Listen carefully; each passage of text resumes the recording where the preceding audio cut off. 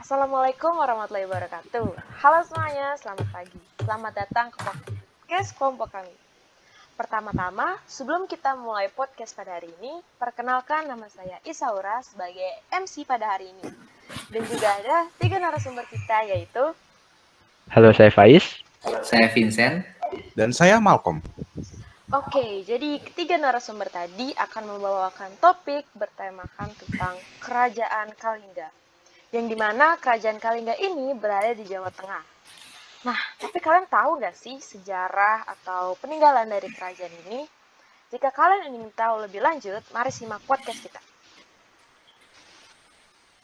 Oke, jadi saya pengen nanya nih ke salah satu narasumber kita. Gimana sih asal-usul Kerajaan Kalingga itu supaya asal-usul mula terbentuknya?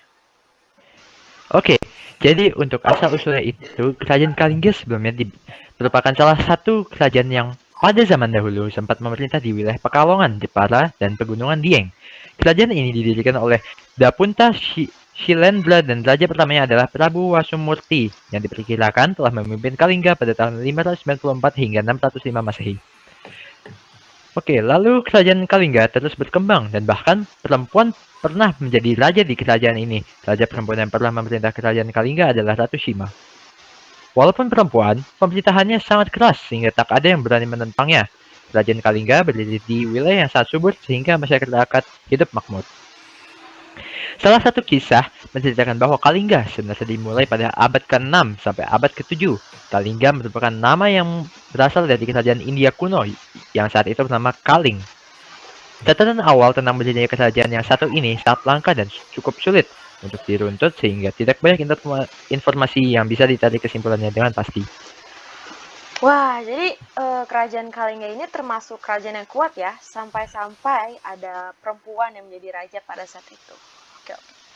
Tapi saya masih penasaran nih, kerajaan Kalingga itu sistem kepercayaannya apa ya?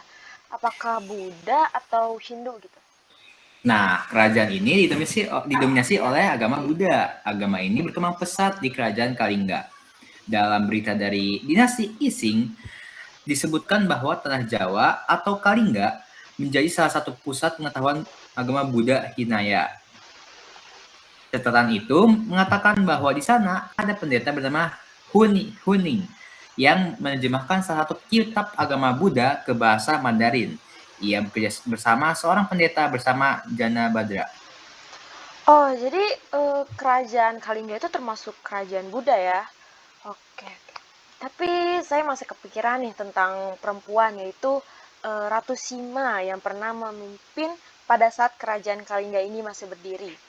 Saat itu sistem kepemerintahannya gimana ya waktu Ratu Sima ini memimpin kerajaan Kalingga? Oke, untuk sistem pemerintahannya berdasarkan berita dari Cina disebutkan bahwa kerajaan Kalingga atau Holing diperintah oleh seorang raja putri yang bernama Ratu Sima. Pemerintahan Ratu Sima sangat keras, namun adil dan bijaksana.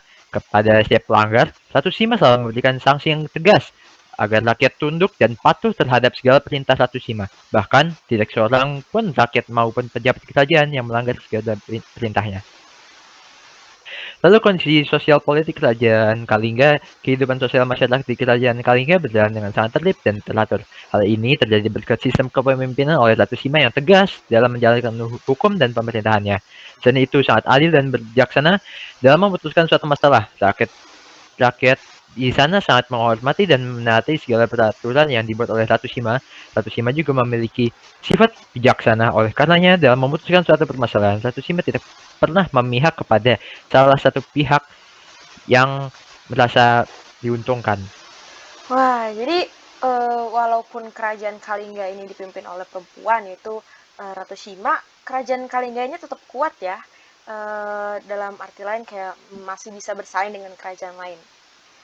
Nah, tadi kan sudah dijelaskan tuh ya tentang asal-usul, sistem kepercayaan, sistem pemerintahan.